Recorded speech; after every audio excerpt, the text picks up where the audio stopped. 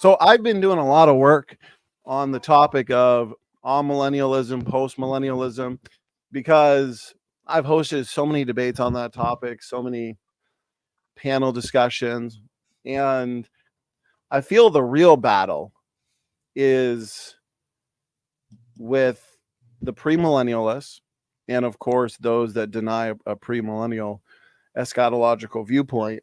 And I strongly believe the best approach to defending premillennialism and countering the arguments from amillennialism and postmillennialism is the post-trib pre-wrath rapture model. So although I see it as obviously a non-essential secondary issue, I want to see debates comprising the best possible PREMILL arguments. And that's why I'm currently working on a follow-up book, follow-up presentations as well, addressing AMILL and postmill. And what I've seen from the pre-tribbers, I don't find cuts it. I don't think they're using the best possible arguments. And so one question I guess I have, I put out a video the other day addressing some errors that I feel I've seen on both sides in the debates that I've hosted. So I put out a video on the resurrection of the dead, and I put out what I believe are preclusionary challenges to both amillennialism and pre-trib raptureism. And so I haven't had any pre-tribbers address it, but I know, Charles, my boy, you've been looking into this for a while, so I'm curious how you would, or at least get you to speak to it. My first question would be, just so I understand your specific viewpoint, do you view the rapture as I'm hearing some background noise, someone might have to mute, as professing preterist? My bad, hot micing. My bad. Don't be hot micing. It's all in the past. It's all in the past. 70 AD, boys. Actually, we just finalized the details on Pastor Tommy McMurtry versus Dr. William Bell on full preterism, June 3rd. It's going to be awesome. So do you view, Charles, the pre-trib rapture, the secret rapture that happens before the 7-year tribulation is what you'd call it? Do you see that as a resurrection? Let me think. Yes, because the body is removed as well. Right, I agree. So here's my issue with that. I've got my slides up here.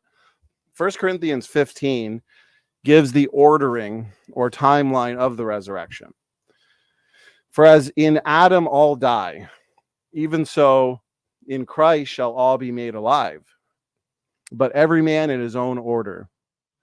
So here's the order. Here's the timeline, the resurrection. Sneak preview. There's not 7 like Nick Sayers would say. Sneak preview over. Here we go. Christ the first fruits, right? Because that's Christ and his resurrection in, let's say, 33 AD. He was bodily resurrected. He was in glorification. This is the first of its kind. This is the first literal resurrection. He's the first fruits because it's kind of like when you plant crops. If you're a farmer, you plant crops. Sometimes you'll get the first fruits come up, right? Like a couple anomalies will pop up, and then eventually they all pop up. So Christ, he's the first fruit. Then you got afterward they that are Christ at his coming. Well, 1 Thessalonians 4 says the coming of the Lord. We understand that 2 Thessalonians 2 says the coming of the Lord. I think it's pretty easy to prove that the rapture is the coming of the Lord. So afterward they that are at Christ at his coming. Okay, that's the first resurrection, since Christ is the first fruits. So I would argue that it's pretty clear that the first resurrection, they that are Christ at his coming, since that follows the first fruits, Christ the first fruits in AD 33, then that has to be the rapture. Then it says, Amen. Then cometh the end. So I would argue that the end comprises Christians who were born/saved after the rapture. And I could prove that using John 5:28-29, which refers to the great white throne. Marvel not at this, for the hour is coming in the which all that are in the grave shall hear his voice. But notice this. This is a resurrection of life and a resurrection of damnation. The first resurrection, or the rapture, is only a resurrection of life. But this one has a resurrection of life and resurrection of damnation. Because I've heard some people say, no, I can't prove from scripture the distinction between the great white throne judgment and the judgment seat of Christ. And I cringe every time I hear that. I'm like, it's easy to prove that. Read Revelation 20, read Revelation 11, read John 5, and it's clear. There's a clear distinction, okay? So you have the resurrection of life and the resurrection of damnation. The dead will never live again. The dead are raised dead, according to Revelation 20. But believers are raised to life. So they will go from death to life, essentially. So, anyways, my next question would be, where is the rapture if the rapture one question is not the first resurrection? One question, SFT. What was the first question in one sentence? The first question was, do you believe that the rapture is a resurrection? Oh, okay. Got you. All right. Next one. And I ask you that because I've heard many pre-tribbers say, well, the first resurrection in Revelation 20, that's not the rapture. That's a resurrection post-rapture. The rapture happens before the 7 years, and the first resurrection happens after the 7 years. But wait a minute.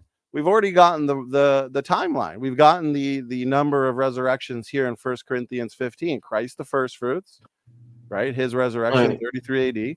Afterward, they that are Christ at his coming. And then come at the end. Right? So where would you see the rapture here? My next question is, where's the rapture in 1 Corinthians 15? Well, my current view on 1 Corinthians 15 is it's not talking about the rapture of the church. But here's the, you have to say that, but here's the resurrections. You agree that the pre-trib rapture is a resurrection, but we're given the resurrections in terms of a bodily glorified resurrection in 1 Corinthians 15. There's only three: Christ the firstfruits, the first resurrection, that's the rapture, they that are Christ at his coming, and then after the millennium, that's it.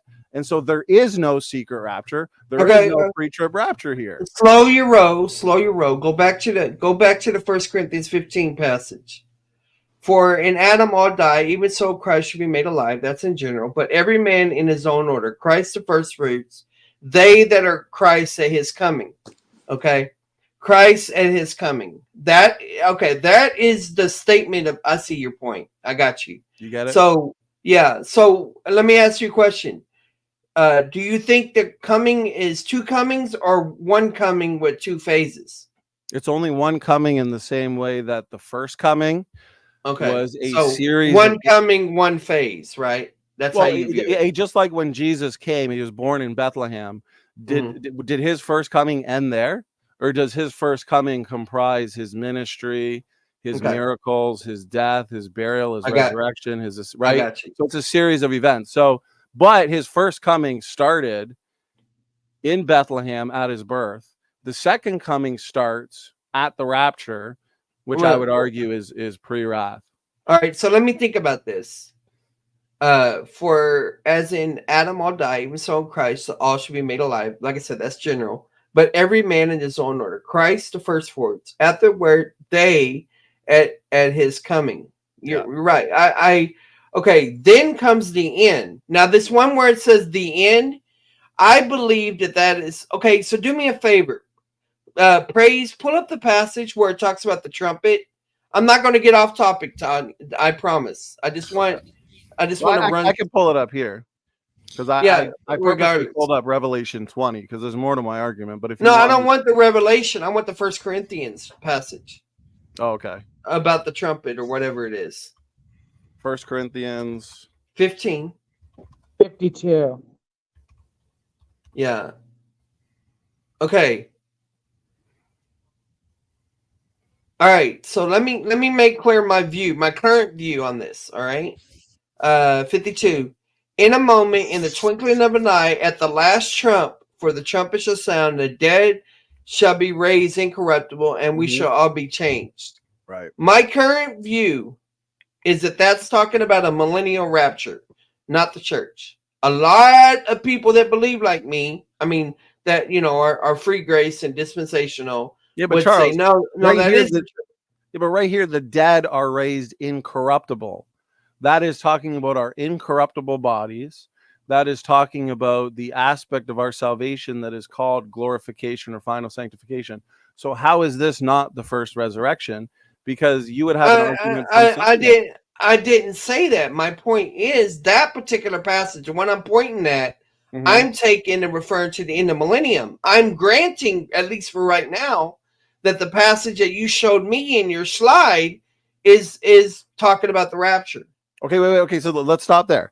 Because at first you said that the rapture is not in 1 Corinthians 15. But now that I've showed you this, you are I think I am a little bit in saying that, okay, this I think I am, because I've always focused on the rapture issue on that passage I was showing you a second ago.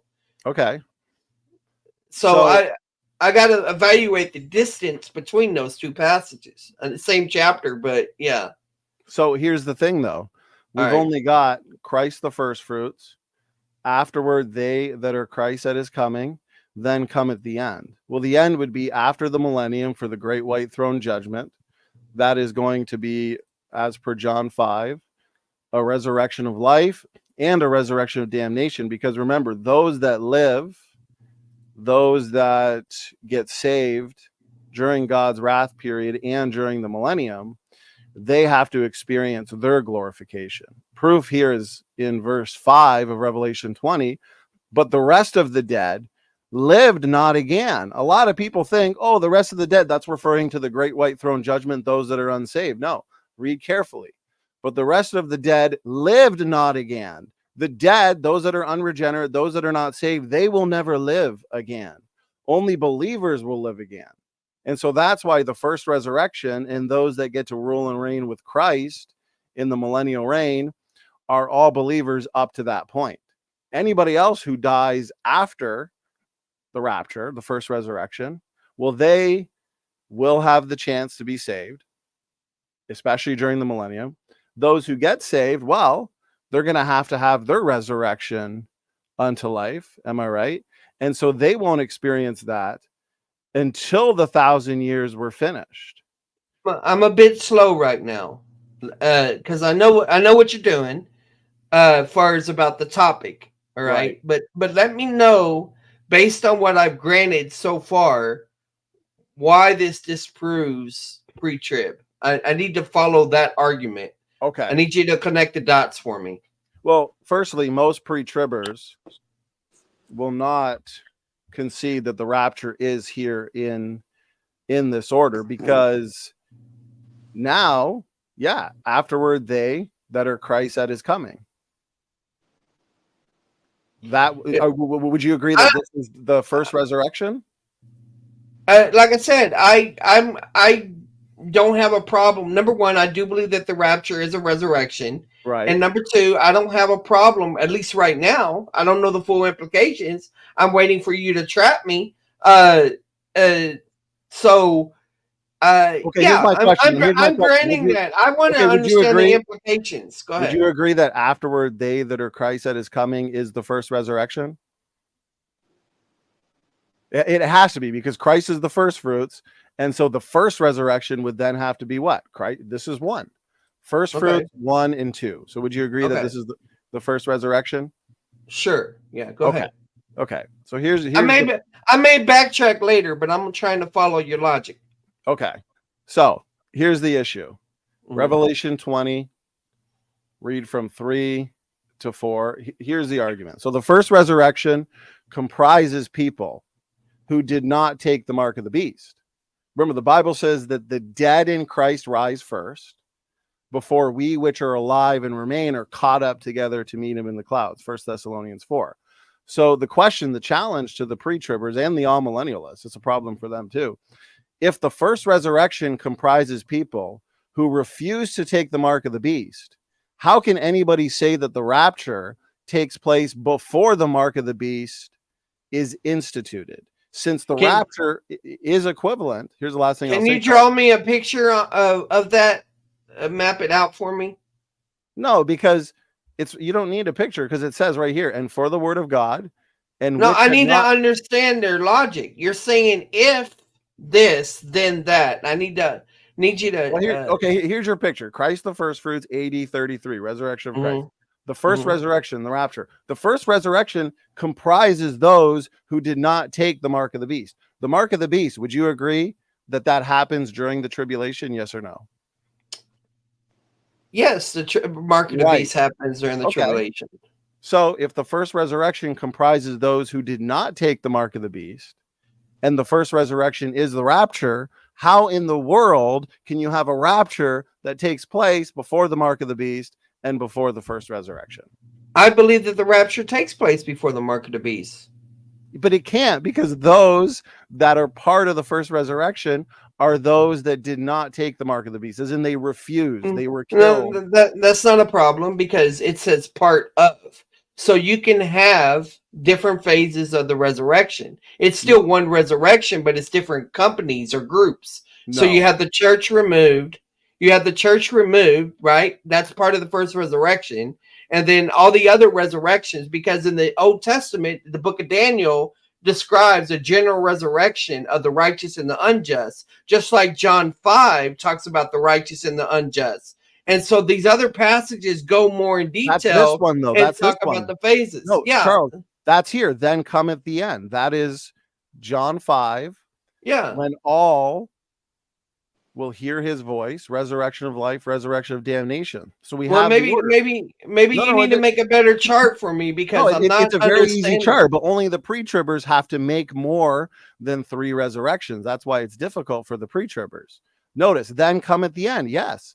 That is the great white throne judgment. That's the resurrection. It's one resurrection. If there's 2 phases in the coming, then it's fine. If you can have 2 phases in one coming, you can have 2 phases of the resurrection. That's not a problem. No. Because the great white throne judgment, the resurrection of life and of death, of damnation, that comes after the millennium. That's at least 1,000 years after the second coming. I'm talking about verse 20.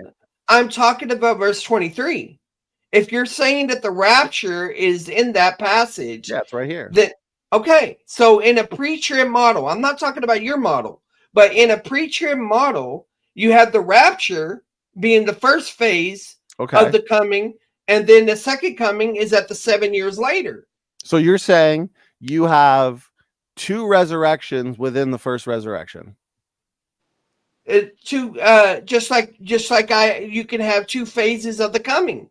You talked about the Christ first coming had different events associated with it. Yeah, but that's not considered a second coming, a third coming, a fourth coming. It's all the first coming. The reason that there's a first coming and the reason there's a distinction in the resurrection is because one of them is believers only, right? And the other one are unbelievers. So great white throne judgment is about unbelievers, as far as I know. No, I've already shown you. It's about, notice this, John 5, great white throne judgment. You're going to have everybody comes forth, they that have done good unto the resurrection of life. Unbelievers will never live again. That's for believers who are born, who get saved during God's wrath.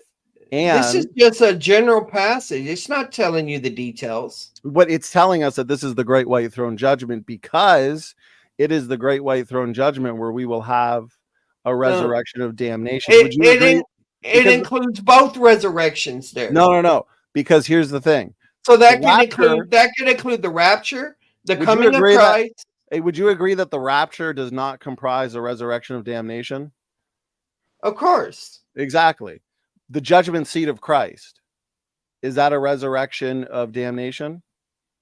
No. Whenever you get a glorified body, you're held accountable at the judgment seat of Christ. Right.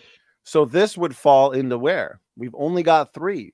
In order to have I already explained it. So the resurrection of the just would be. But you're trying to put 2 in the first resurrection. The reason being is because in our model, we have people in unglorified bodies living on the earth during the millennial kingdom. Exactly. So I agree. They're going to get raptured at the end of the millennium. No, they're going to get. So there are 3. There's 3 distinctions of resurrection in that sense.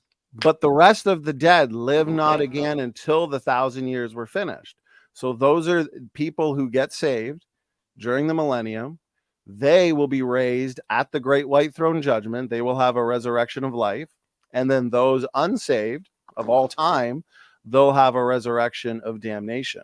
But here's the issue. I'm not understanding this passage. I've struggled with this passage before, and I still don't understand it. Well, I just want to point something out. Notice this. All right. And I saw thrones, and they sat upon them, and judgment was given unto them. And I saw the souls of them that were beheaded for the witness of Jesus and for the word of God, and which had not worshipped the beast, neither his image, neither had received his mark upon their foreheads or in their hands. And they lived and reigned with Christ 1,000 years. This is the first resurrection. So the first resurrection, which is the rapture, comprises those who lived during the time that the mark of the beast was instituted. They did not take the mark of the beast. They did not worship the beast. And they're the ones, including everybody else who's glorified. This is just an aspect of the first resurrection. They will rule with Christ 1,000 years. But your pre-trib model has believers out of the scene before the mark of the beast is instituted. You're saying, well, you have a rapture, and then you have another rapture. This is not. It's not a problem for that. This passage is about passage is about reigning. They are rewarded for their faithfulness to not take part during the tribulation, and they reign. But that doesn't mean that there isn't a pre-trib rapture. Yes, it does, because this is the first resurrection. Which, if we go back here, you're assuming. No, I want to finish my okay. thoughts. No, I want to finish my thoughts, Charles, because you're bouncing around. Christ. Well, it's all right, because we know you're going to make a video, and I'm going to reply to it. So go ahead.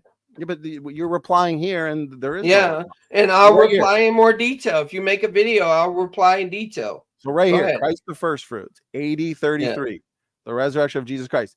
The first resurrection. The first resurrection comes after Christ the first fruits. That would be the rapture. They that are Christ at his coming. Then we have the second resurrection, which is after the millennium, right? Then cometh the end, and we can correlate that with John 5. So the thing is, the first resurrection, if we go to Revelation 20, comprises all believers of all time up to that point, and those who had not worshipped the beast, didn't take the point is there's no pre-trib rapture here. It doesn't exist. You can repeat these passages as much as you want, but your assumption comes down to this: is you don't believe that there could be subcategories within the resurrection. But you can't. You can't disprove. Maybe I am, but can you disprove? Okay, where is it? Yes, I can. Yes, I can. 1 Corinthians 15. Let me ask you a question. Do you believe that zombies came out of the grave? Yeah, but here's the thing: they died again.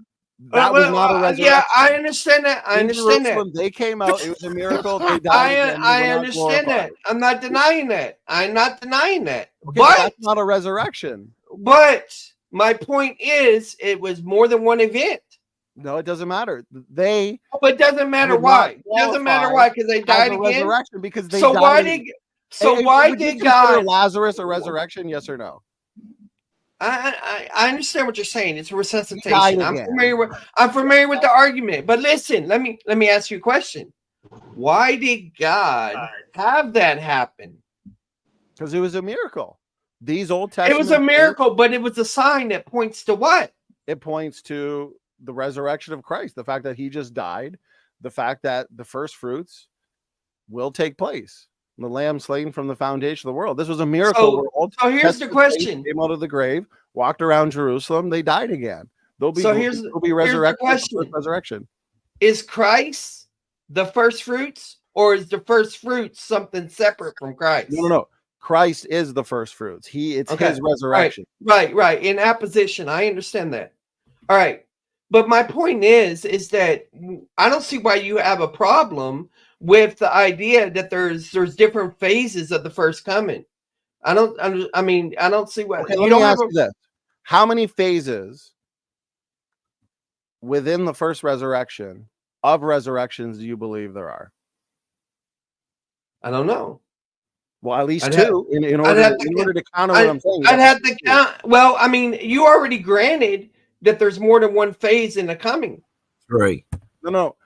What I said was the second coming will comprise a series of events. Well, then what? 24th. What coming is that?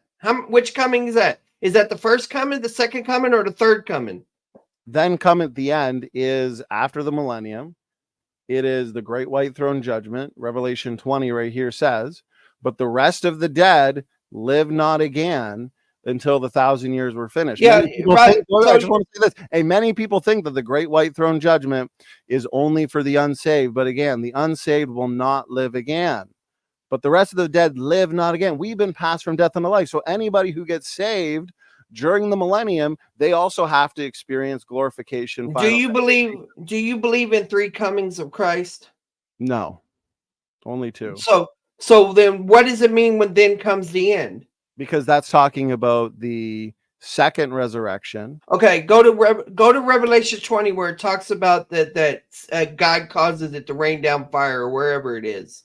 I can't remember the exact passage. Well, I'm on Revelation 20 here, but for the audience sake, I just want to point out how easy this is. I don't want people to be confused.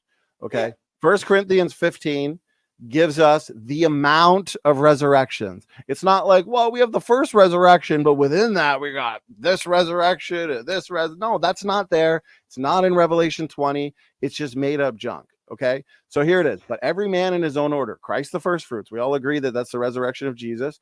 Afterward, they that are Christ at his coming. That's the second coming. That's the rapture. That's 1 Thessalonians 4. Very easy, very simple. Okay. Then cometh the end. That's after the millennium. That's talking about the great white throne judgment. Because guess what? Anybody who gets saved during the millennium, since there's going to be the glorified and the unglorified, they need to be glorified. And so they'll be glorified after the millennium. Do you see how this all fits? We have 3 resurrections. That's it. But the pre-tribber, he has to go into the first resurrection and say, well, you got 2, 3, 4, 5, 6, maybe 7 resurrections in order to just counter what the text is clearly saying. Go ahead. Yeah. All right. So go back to the passage. Go back to 1 Corinthians 15. I wanted you to go to Revelations because it talks about them raining down fire. All right. Let's go to the part where it talks about God causes to rain down fire. Right Let's here. see. And the devil that deceived them was well, this is Revelation 20. You wanted to go to like Revelation, what, 19, 18? Yeah, it's after the millennium. Oh, after the millennium. Wait. Sorry, you guys are just having a discussion, right? There's no arguing, right? No, we're just having fun. Yeah, we're good. Okay, so yeah, I don't want to see my two, like, you guys were like the two main protagonists. I don't want to see my favorite that's fine. No, this is just academic. We're just giving people a good show. This is sparring, baby. This is what spars do. Exactly. I'm rusty in this topic, you know. You're doing good. No, Charles. I can't be a champion at free grace and at eschatology at the same time. Right. But you know what? If I just keep winning free grace debates, it's going to get so easy that I can focus more on eschatology. But anyway, all right, Charles, you are a full-time sociologist. Right. You leave the eschatology to me, but you just got to get on the same page as me on eschatology. That's the thing. Yeah. Well, okay. Do you see the passage yet? Well, I'm in Revelation 20, and I don't see rain down fire. It should say rain down fire. Okay, so that would be after the battle of Gog and Magog, right? So, and shall go out to deceive the nations, which are in the 4 quarters of the earth. I Gog think and so. Magog. Yeah. And they went up from the breath. Oh, right here. And fire came down from God out of heaven and devoured them. Okay, my current belief is that there's a rapture there. All right. Oh, yeah. But it's not okay. So is this a 4th rapture then? Because again, we've only let me explain. Let me explain. Okay, explain. There's believers. Remember, in my view, there's unglorified believers. Well, let me stop you there. Is there unglorified believers in my view? So what? I don't think so. I've literally said. Are you even listening? I've said 10 times that those, in my view, during the millennium, who get saved, they get saved in an unglorified state. They still have to experience final sanctification. When does that take place? It tells us right here, verse 5. But the rest of the dead live not again until the 1,000 years were finished. Well, everybody up to that point. So right I'm here, still not understanding your point. Do you believe that people will have non-glorified bodies in the millennial kingdom? yes, those that get saved during God's wrath and make their way into the millennium, and those that get saved during the millennium. Okay, so here's my question. Those that get saved, what happens when they get saved? When they get saved, they experience regeneration in the same way we do. They're not immediately changed bodily. They have to be glorified after. And the text tells us when they're glorified, when they live again, it's after the 1,000 years were finished, which is the great white throne judgment. But it says the dead. Oh, Why are you, Charles. I'm talking about people that are alive. Yes, but the rest of the dead lived.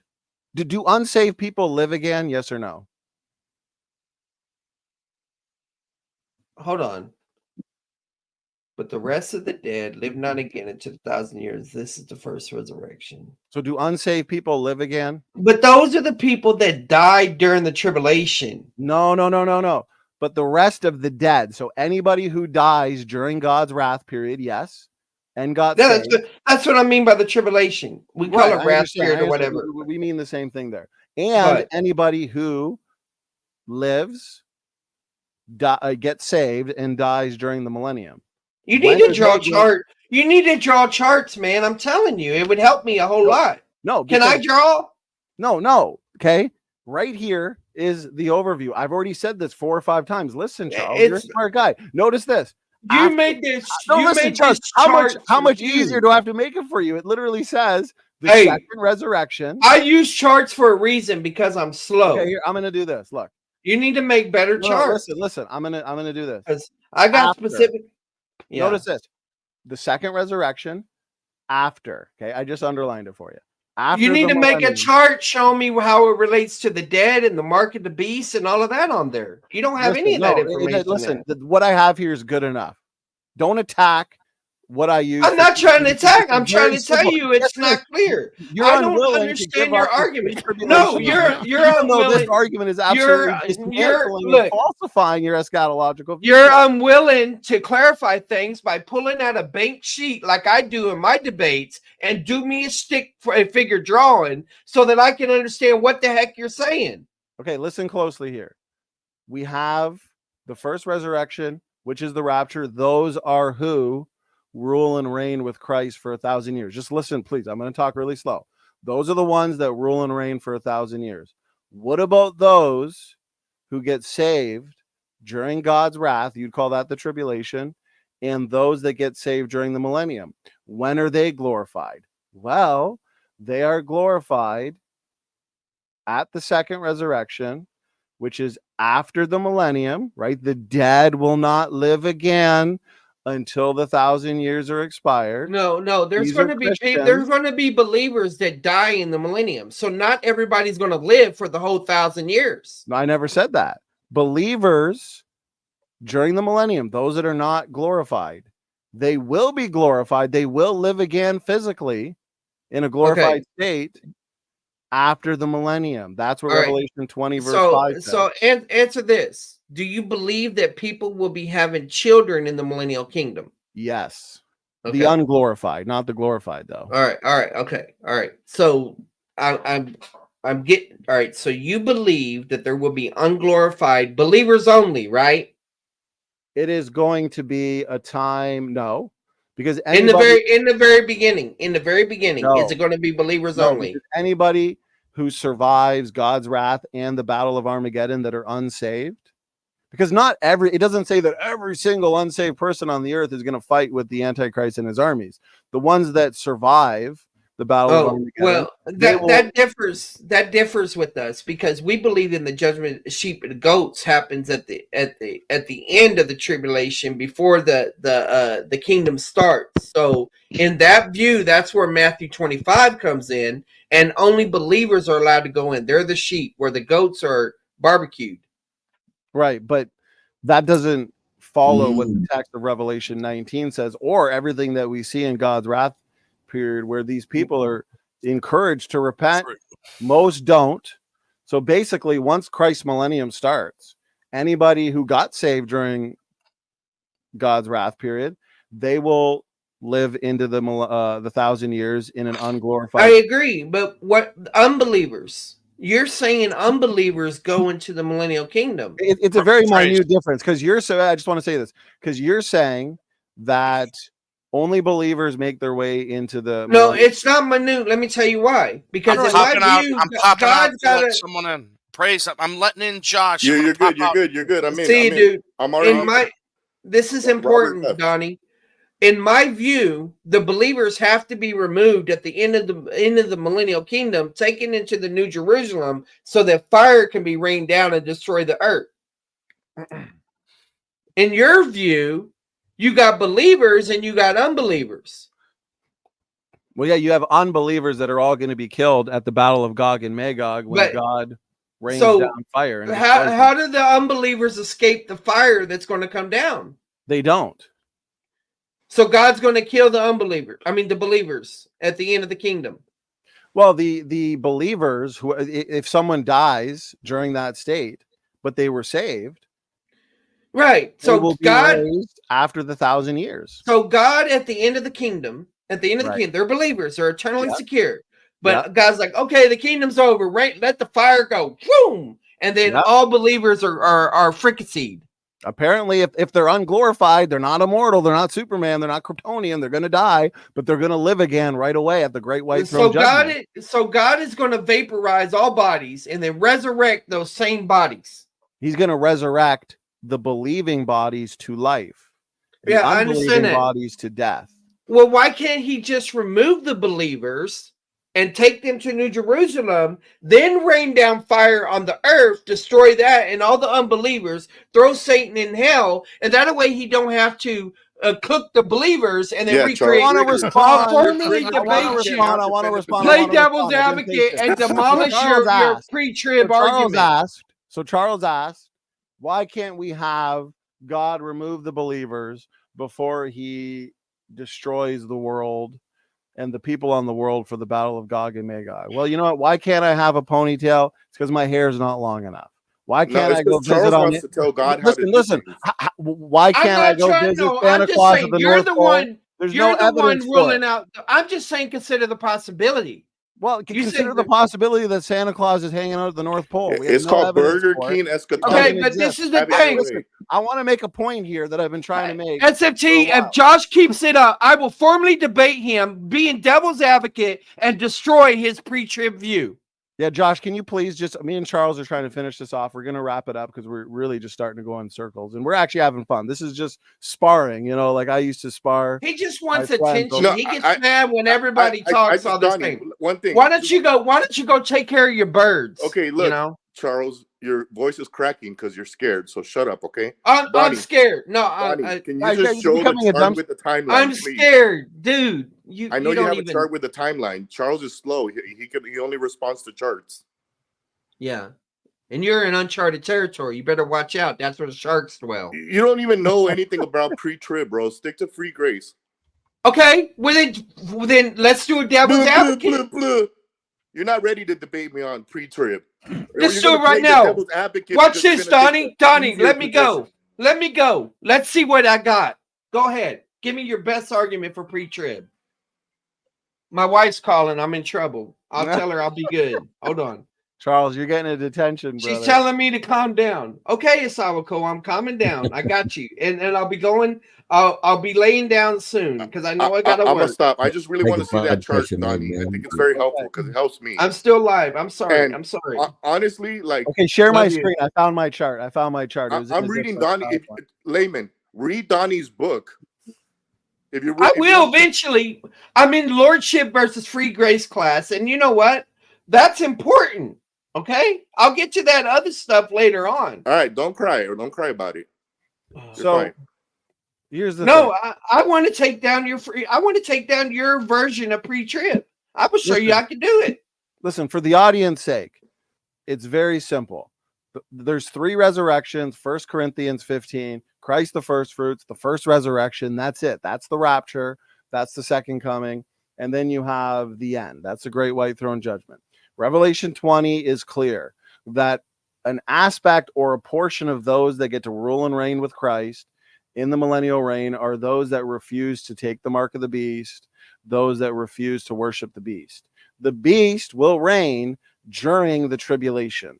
And so there's no way to have a rapture before the tribulation, since the first resurrection is the tribulation, and the first resurrection comprised people who rule and reign for 1,000 years. Very simple, very easy. We don't have to say, well, there's a few resurrections within the first. No, it's not there. It's silent. Listen, we need to be as sophisticated as possible if we're going to refute the all-millennialists. We need to be clear. We need to be consistent, not confusing. Well, why don't you have me have more debates with the millennialists, and we'll find out how sophisticated my arguments are. Put me in that deep water with those sharks. We got to get you to pre-wrath, and then we'll do that. Oh, so you're not going to give me no pre-mill action to defend pre-mill until I become pre-wrath? Well, here's the thing. Not if you're going to say that the first resurrection comprises multiple. Doesn't even make any sense. So the first resurrection comprises multiple resurrections that there's no evidence for. It doesn't talk about. No, there's 3 resurrections. Okay. There's not 5, 6. So 7, I'll go somewhere else and debate those other issues. And whenever I get strong enough in those other areas on those other debate channels, I'll come back and maybe then I'll earn the right to debate these other high profile proponents that y'all have. Okay, fine. Okay, fine. Here's a simple question then. This is the first resurrection. You've already agreed that the first resurrection is the rapture as per 1 Corinthians 15. Okay, so here's my question.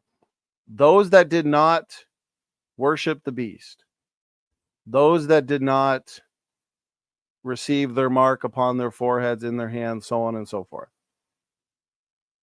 does that comprise people who are part of the first resurrection?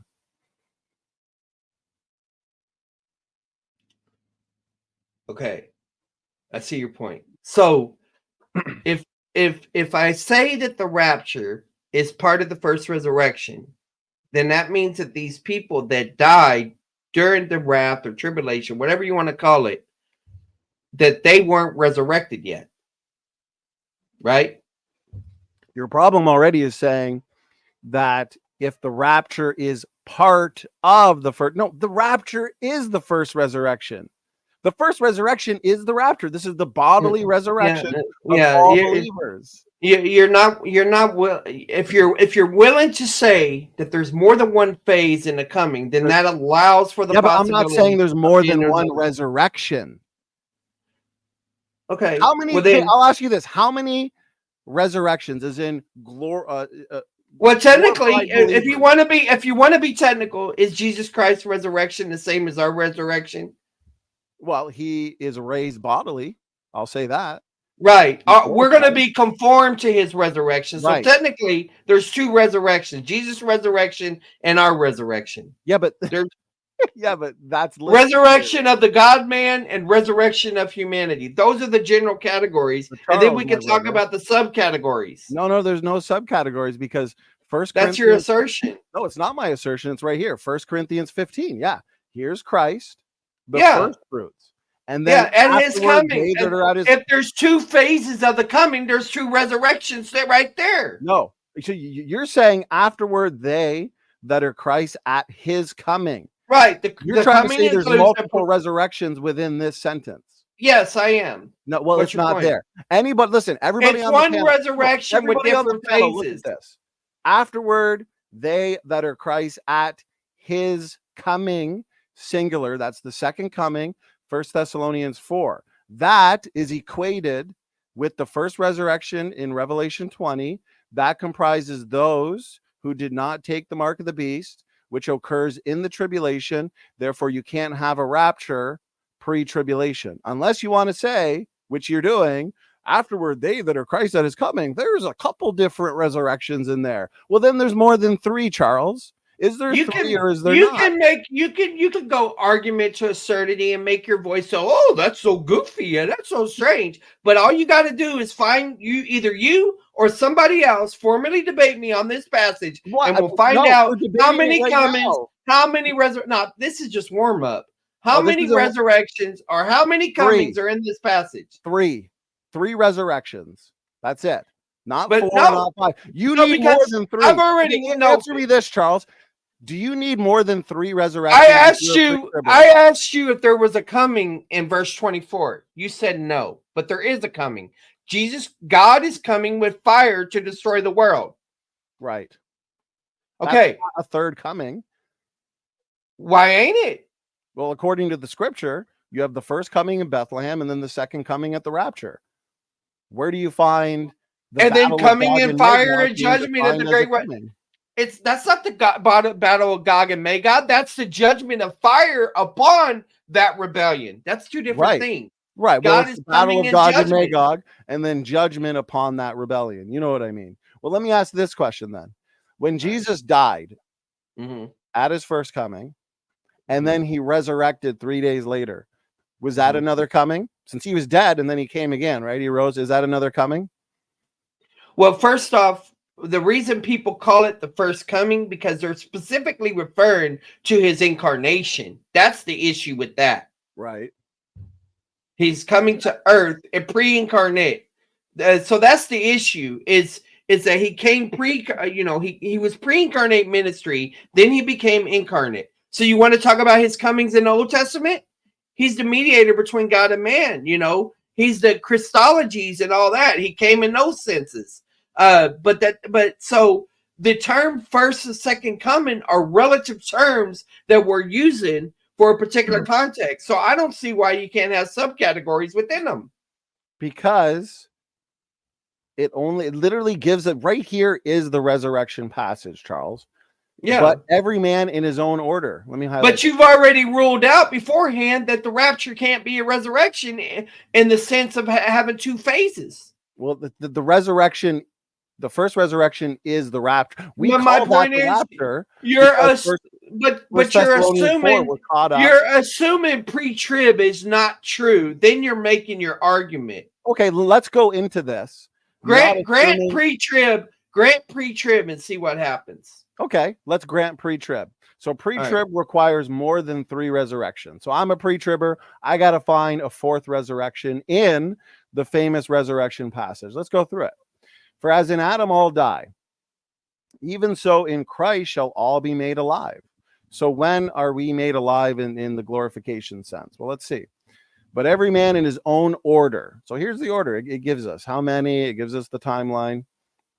The ordering, I should say. Christ the first fruits. Yes. Again, it's just like if a farmer plants his crops, eventually you get some anomalies before the full-blown crop comes up. Okay. You get the first fruits. Christ is the first fruit because he's the first one who rose bodily in 33 AD. Then we're conformed to his image, as you said, in his likeness, we're glorified. Well, when is that? Afterward, they that are Christ at his coming. Okay. That's the first resurrection / the rapture. That's 2. Then come at the end. Okay, that's the great white throne judgment for those who get saved during the millennium. They're going to be glorified after the millennium. See, that's it. There's 3. I'm a pre-tribber. Where can I get 4? Where can I? Oh, well, you can do it. Falsified. Watch this. You think it's falsified, but check this out.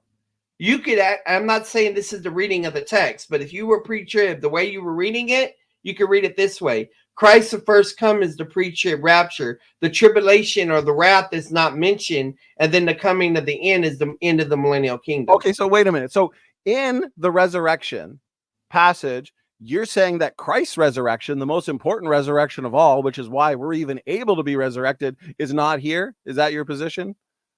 No, I'm not saying that. Well, you just said as a pre-tribber, I can just make up a rescue device and say, well, Christ the first fruits, that's the rapture. Isn't that what you No, just I said? didn't. No, I did not. You're not even listening. Okay, I said where it says Christ at his coming, that's pre-trib only. It's not a reference to the 7. It's not a reference to the second coming. It's just a reference to the rapture because this passage is only focused on the church. So what's the first resurrection then? The first resurrection includes Christ and the pre-trib rapture. So the first resurrection includes Christ the first fruits and afterward they that are Christ at his coming. Yeah, the coming would be the pre-trib rapture. And then come at the end would be what? End of the millennium. End of the millennium for the battle in Gog and Magog. Yeah, when God rains fire on the whole earth and destroys all unbelievers. Yes. Even though Revelation 20 is pretty clear that, let's go down here. Notice this. And I saw the dead, small and great, stand before God, and the books were opened. And another book was opened, which is the book of life. And the dead were judged out of those things which were written in the books, according to their works. This happens after the millennium. And notice how it's described. But the rest of the dead lived not again. So believers are the only ones that are going to live again. And so this tells us that, okay, those who get saved, those who are born, become children of God during the 1,000 years, they're glorified, they live again after the 1,000 years were finished. Well, that's where we see great white throne judgment. So my point is, then come at the end, makes a lot more sense that it's referring to the great white throne judgment, which is an actual resurrection, as compared to, you want to say the end is, where is it? Right here. It's the same event. He destroys this earth. Then you have the Satan bound, and then the great red throne. It's all the same event. Yeah, but it all happens within moments. You're saying that believers are whooshed away before the great white throne. Well, regardless, I'll grant that they died. What's your point? It's still coming. Right. It's a coming in judgment, so it doesn't change anything. Now then come at the end has to apply to what I've been saying, the great white throne judgment. I don't have a problem with that. My point is that 1 Corinthians 15, the way that I was reading it theoretically, doesn't mention the rapture or wrath. Except the rapture is by definition a resurrection. And so that resurrection... No. Let me clarify. The passage doesn't mention the tribulation or wrath. Yeah, it mentions the resurrections. Yes, and one of the resurrections is pre-trib, and the other one is at the great white throne judgment. But you would, okay, so there's three: Christ, the pre-trib, the great white throne judgment. But if you're going to hold that view, then you need another resurrection to be this, the first resurrection. Or you're going to say, well, the first two count as just one. Oh, no, because what I'm saying is that Jesus Christ, and we're not even are we counting Jesus Christ's resurrection in the first resurrection? No, yes or no? I'm not. Okay, all right. Well, then the first resurrection is the pre-trib rapture. So the first resurrection would be right here. Afterward, they that are Christ that is coming. Yes. And that's all right. That's it. I'm done. Why are you entertaining this guy, Donnie? He clearly doesn't understand his own position. We're running a theoretical thing. There's nothing theoretical to run. You don't understand anything about the position. Look, I'll eat you and your quails alive. I'll eat you and your quails alive. The only way that pre-tribulation works is if you hold to the idea of work plus faith during the tribulation. Okay. You don't hold to that. Oh, so you're a hyper dispensationalist. That is not hyper dispensationalism. That is classical dispensationalism. You don't know the first thing about dispensationalism. Okay, I formally debate you. You know what? I formally debate you on that. To the debates you have, why don't you go write your papers? You're not ready to step in the ring with me. You dude, whatever, man. Charles, can I ask? I think you've been around them quails so much that you have a bird brain. Hey, we're gonna bring it down. It's okay. I have a question for Donnie. Charles, can I ask you a question? So Christians can be possessed by devils. You can be possessed. Okay. Oh, you can. No, Charles isn't possessed. No, come on, Josh. It's okay. It's a disagreement. And I want to point out that I would have stayed quiet if BSM wasn't being a little smart ass in the comments. That's good. Hey, Donnie. Amen, Josh. Very good, Josh. Thank you for being quiet. God bless you for being quiet. Hey, I want to address, guys. I want to address. Listen, I want to address John Crawford, my brother John Crawford, in the live chat. Feel free to join, John. Share my screen, praise. Let me know when it's shared. John Crawford is saying and has said, which is indefensible, that rapture is not the second coming. The second coming is different. The second coming is Revelation 19. But according to the scriptures, let me know if my screen is shared. That's refuted. Notice 1 Thessalonians 4. Is my screen shared, Praise? Yeah, sure. You're good to go. Please pray straight. So notice 1 Thessalonians 4, which we would all agree is it's the famous rapture passage. Notice this. For this we say unto you by the word of the Lord, that we which are alive and remain unto the coming of the Lord. Let's do some basic math. His first coming was in Bethlehem when he was born, his incarnation. The coming of the Lord, which is the rapture. Okay, well, this isn't coming 1.5. By definition, this is the second coming. Notice 2 Thessalonians 2. Now we beseech you, brethren, by the coming of our Lord Jesus Christ. Paul has expected diligent readers to have read 1 Thessalonians, which comes before 2 Thessalonians, to understand that, coming of the Lord, notice I underlined it, is the time when we're caught up together with them in the clouds. And then he goes on to say that day, which is the rapture, the first resurrection, will not come until the abomination of desolation, which happens at the midpoint of the week. So you can't even have a rapture until at least the midpoint of the week. Here to solidify. Donny, can I read? Well, I just want to solidify this argument. So I got them both. So I want John. I challenge John Crawford to a debate. Is the rapture the second coming? And he's going to have to refute what I have here from the scriptures. I don't want pre-trib theology that he's gotten from his books where they just repeat things like the second coming, not the rapture. Well, according to the scriptures, 1 Thessalonians 4, the coming of the Lord. That's the second coming after his first coming in 1st century AD. 2 Thessalonians 2, the coming of the Lord. So yes, the rapture is the second coming. Go ahead.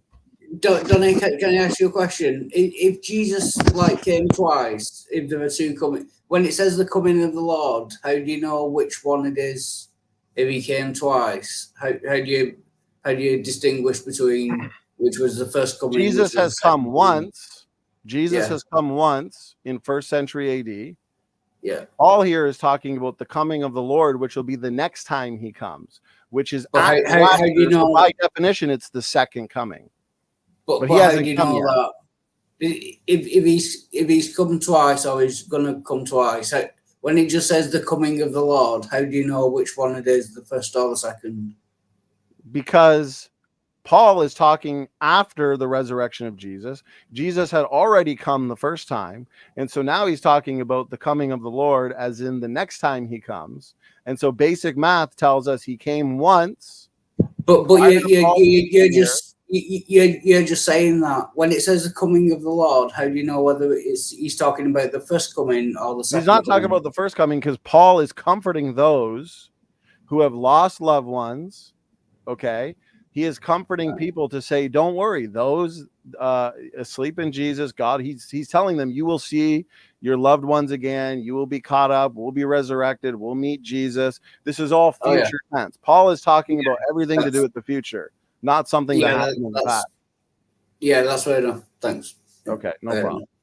So my challenge to John, if he wants to say that the second coming and the rapture are different, which the pre-tribbers have to, because the pre-tribber has to say, well, Matthew 24, when Jesus Christ comes in the clouds to gather together his elect, that's not the rapture. That's the second coming. And it's like the rapture is the second coming according to Paul. Hey, Donnie, how would they have to in Acts where it says that the angels told the men of Galilee, why stand ye here gazing up? The same Jesus will also come again. And there's also verses that say that we shall meet him in the air, in the clouds. So how are they going to deal with Acts? Yeah, well, in the same way that Jesus left us in the clouds is the same way that he'll return in the clouds. Right, and it says that we're going to be caught up to the clouds with him. Right. But I don't think the pre-tribbers would deny that. Hey, Donnie. Can you hear me? Yeah. Hey, how you been, bud? Good. How you doing, brother? I'm good, man. Just got back from Vegas. It was fun.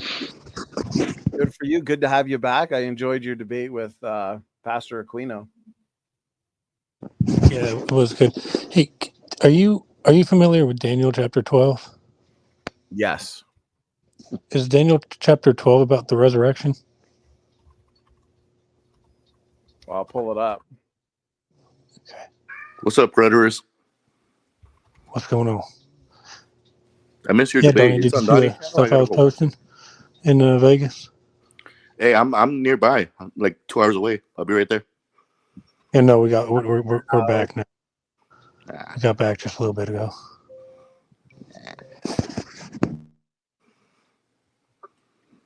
Okay, so which verse? I got it on screen. Well, yeah, I would say like the first like 4 verses, right, are talking about the resurrection.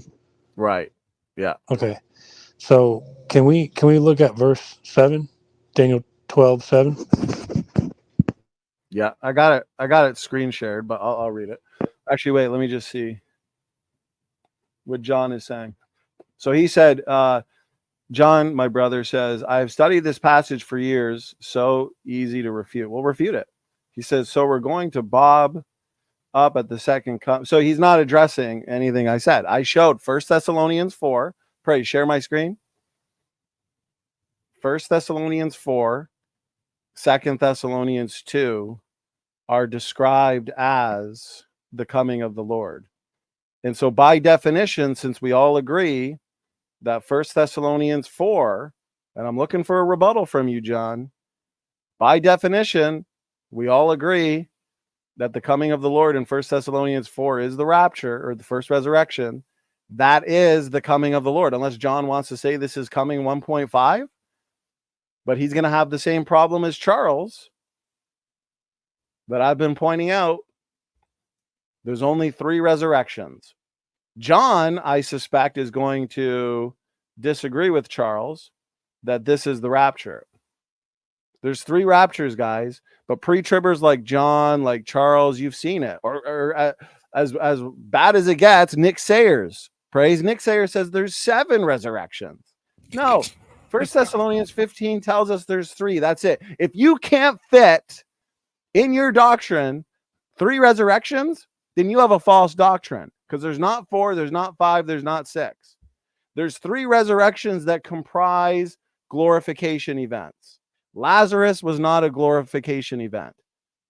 Nope. The Old Testament saints walking out of the tombs and then dying again in Jerusalem, this miracle, that was not a glorification event. There's only 3. Christ the firstfruits, afterward they that are at Christ at his coming, then come at the end. 3, that's it. This one right here, that's the first resurrection. Revelation 20 is very clear that those who did not take the mark of the beast, which takes place during the tribulation, are those that are the first resurrection, and they rule and reign with Christ for 1,000 years. And so you can't have a pre-trib rapture, since the first resurrection is the rapture. I think most people can see my point. Obviously, there's certain pre-tribbers that don't want to admit they're wrong, and so they're going to make up rescue devices and say, well, the first resurrection comprises multiple resurrections. It's not there, guys. It's no. Then you're just getting desperate at that point. And so, anyways. And so, Donnie, my position is, I never really looked into the number of resurrections, but what I was thinking is there's a resurrection at the rapture. Those who are alive and dead will be caught up to the clouds. Those who are dead will be raised first, and then those who are alive will be caught up in the clouds as one. Right. And then the second one would happen after the tribulation, or what you would call the wrath of God. And then the third Great one White would Throne. be at the end of the. So where's that one in here then, Josh? Because it sounds like you're about to have 4. Oh, that was it. So I said at the rapture 1. Okay, so is that this right here? Afterward, they that are at Christ at his coming.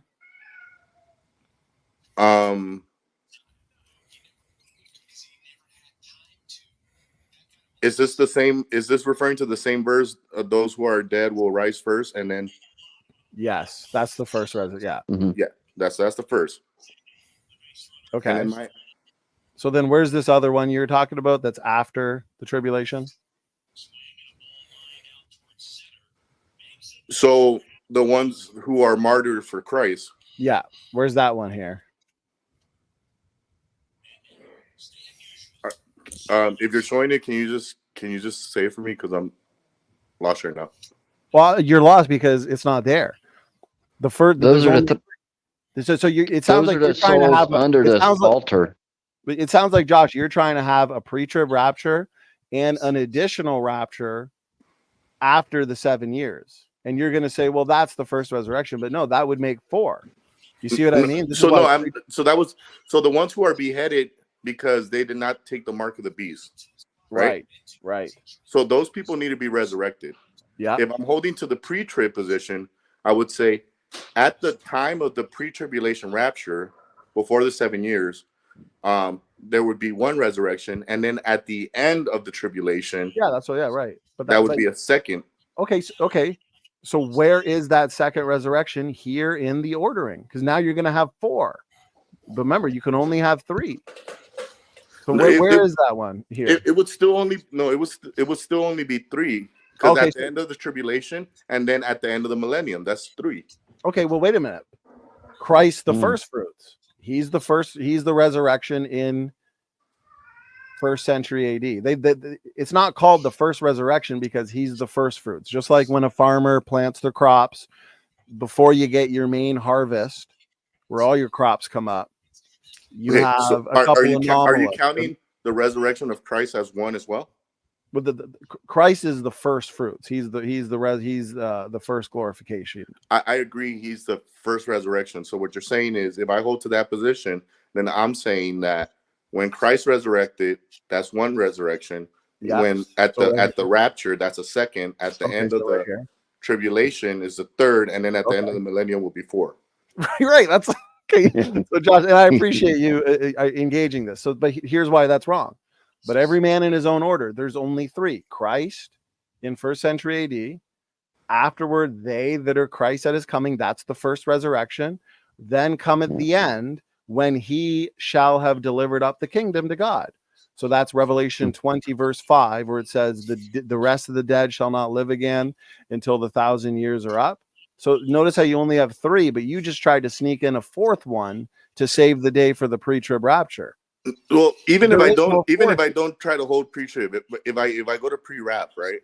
Yeah, I still feel like there's that 4th resurrection there, because in the pre-wrath view, what happens is the first 3.5 years, and then some background noise from some. It sounds like a TV on or something. I don't know. Probably Praise playing Sonic.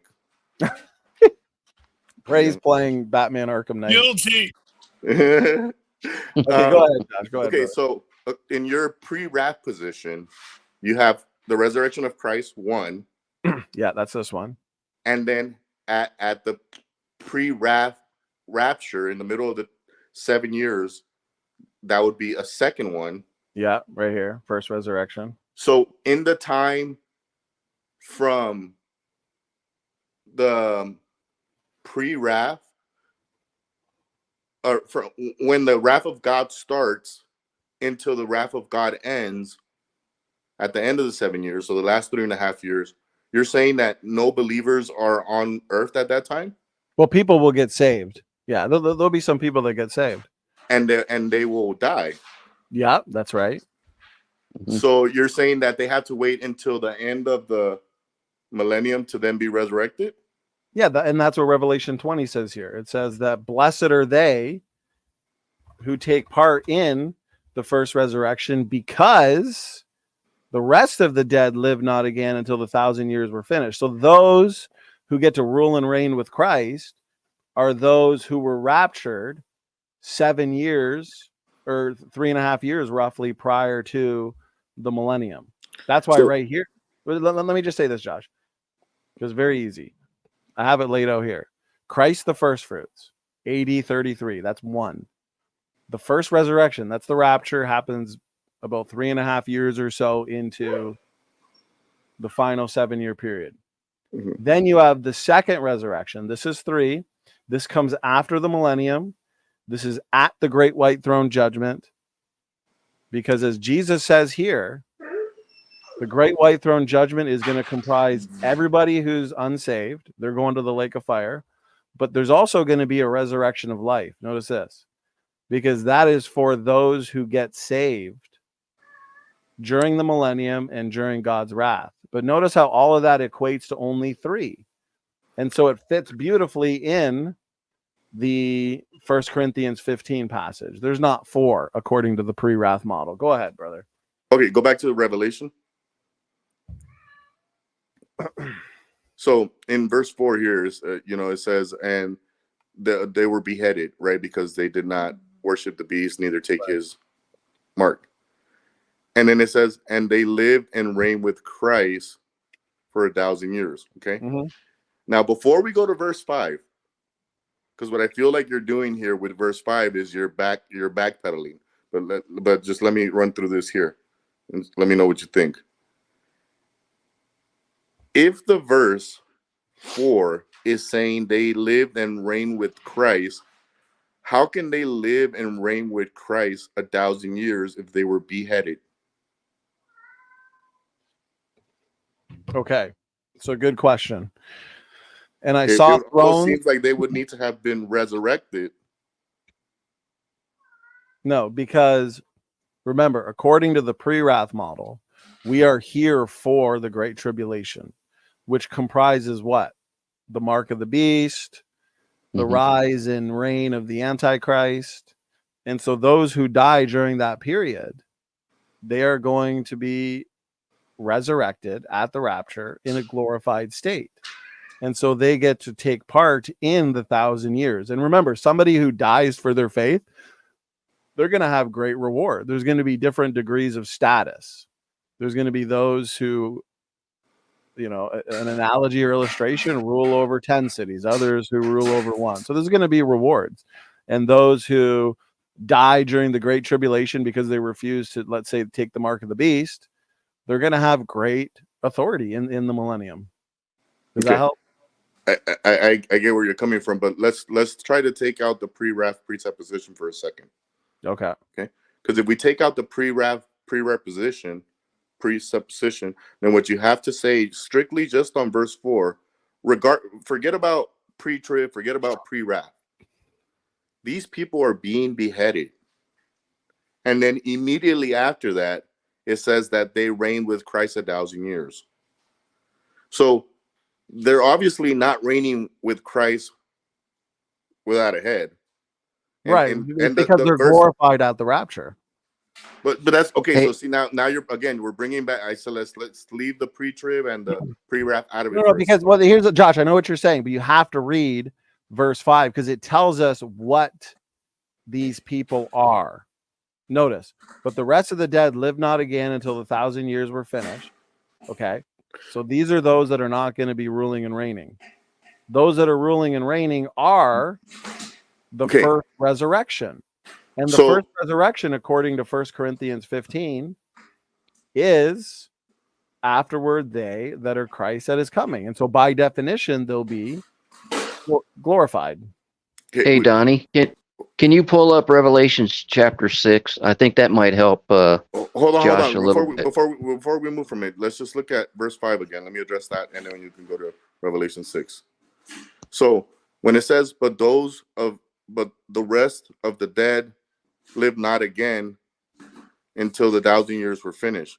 So I think, would you agree that is non-believers that are being raised to judgment?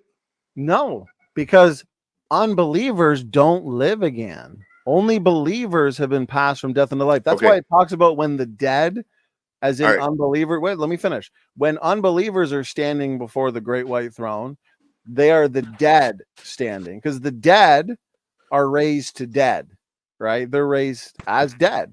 But we, as believers, when we die, our bodies die, okay? And our regenerated spirits go to be with God.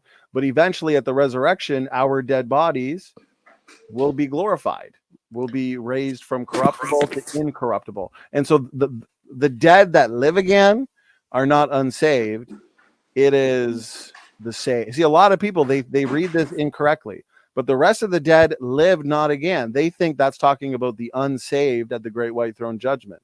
No, Okay. that's talking about the saved who get saved during the millennium. I think They're the only ones that can live I again. think I can prove that that is unsaved. But let's go to Okay, no, prove it. How can the unsaved live again? let's go to Centurion's. No, I Revelation want 6. you to, because I'm looking up. I think it's Revelation 19 that I'm trying to go to, but let's just go to what Centurion was trying I to just go want to. to show you the great white throne passage. Jesus, marvel not at this, for the hour is coming, in the which all that are in the grave shall hear his voice, and shall come forth, they that have done good, unto, notice this, the resurrection of life. Is that saved or unsaved, Josh? Those who have everlasting life would be the saved. Right. And then notice this, and they that have done evil unto the resurrection of damnation or death.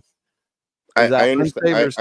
I understand that people are being raised into they're being resurrected, but not into everlasting life. They're being resurrected. Right. I don't disagree with that doctrine. But go to Revelation 6, whatever Centurion was trying to prove. I'm looking up the chapter where the devil was bound 1,000 years. That's the chapter we've been at right here, Revelation 20. It's 20. Is it 20? It's 20. Yeah. I want you, Josh, right now, Revelation 20, prove to me that those who live again are the unsaved. Okay, where does it say? Let me see. In the first one, it says, saw an angel come down from heaven, having the key of the bottomless pit and a great chain in his hand. And he laid hold of the dragon, the old serpent, which is the devil and Satan, and bound him 1,000 years. He was bound out, when he was released. I think it's more at the bottom. Let me see. Okay, there, 7, verse 7. And when the 1,000 years are expired, Satan shall be loosed out of his prison, and he shall go out and deceive the nations which are of the four quarters of the earth, Gog and Magog, and gather them into battle, the number of whom is the sand of the seas. Let me see. And then the devil deceived them, was cast into fire and brimstone.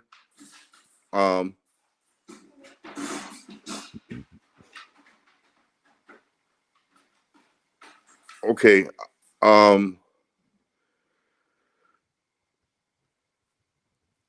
Might not be in here, where it basically it says that the devil was let loose, and then he put an army together to fight against Christ at the end of. Yeah, that's the battle of Gog and Magog. So that is right here. And so this is after the 1,000 years. This is after the millennium. It says Satan is loosed out of his prison and shall go out to deceive the nations which are in the four quarters of the earth. So this is why the pre-wrath model makes the most sense too, because 1,000 years is enough time for enough unbelieving, unregenerate people to be deceived and to battle with Satan. So Okay, it says so God. Yeah, go ahead. I'll try to kind of put my point here and just Right let me here, know what you think about it. So when it says in verse 5, but the rest are dead, will not live again until the 1,000 years were finished. So the way I've understood this in the past is that when Satan is loose, that's at the end of the 1,000 years, right? That aligns with verse 5 that says the 1,000 years were finished, right? So no, Josh, it's just a lot of people read this wrong. It's because that's why there's so much messed up eschatology out there. Well, okay? I don't think I'm reading it wrong, because even the all-millennialists read this wrong. This is how you debunk all-millennialism, because you point out, well, wait a minute, there's people that are actually going to get saved and die in the millennium, and it's like, yeah, verse 5, but the rest of the dead lived not again. John tells us that believers are passed from death unto life, that we will not experience condemnation. There will be no condemnation. And so this is referring, I hear a lot of background noise from somebody. Sorry. That's okay. But the rest of the dead lived not again until the 1,000 years were finished, because the great white throne judgment is not until after the millennium. And it specifies Those that are ruling and reigning with Christ for 1,000 years are not those that got saved during God's wrath. It is those that were raptured, which is the first resurrection prior to God's wrath, which comprised what? Verse 4, the mark of the beast, the rise, the reign of the Antichrist and his beast system. These are people that are going to have great authority in the millennium. And so, yeah, people are wrong when they say, well, this is talking about unbelievers at the great white. No, unbelievers will never live again. These are people that will live again. Go ahead. So I think, and let me make my point before you start jumping in, please. What I'm saying is that when you look at the battle of Gog and Magog, what does it say there? The number of whom is at the sand of the seas. Right. This is a lot of people. Yeah, because 1,000 years, a lot of people can be born, and that'll be a lot of unbelievers. Not everybody's going to get saved. A lot of people are going to hate the kingdom of Jesus Christ on this earth. Okay. Did people love Jesus when he was here on this earth the first time performing miracles? No. And so there's going to be a lot of people who don't like him when he's here on this earth the second time too.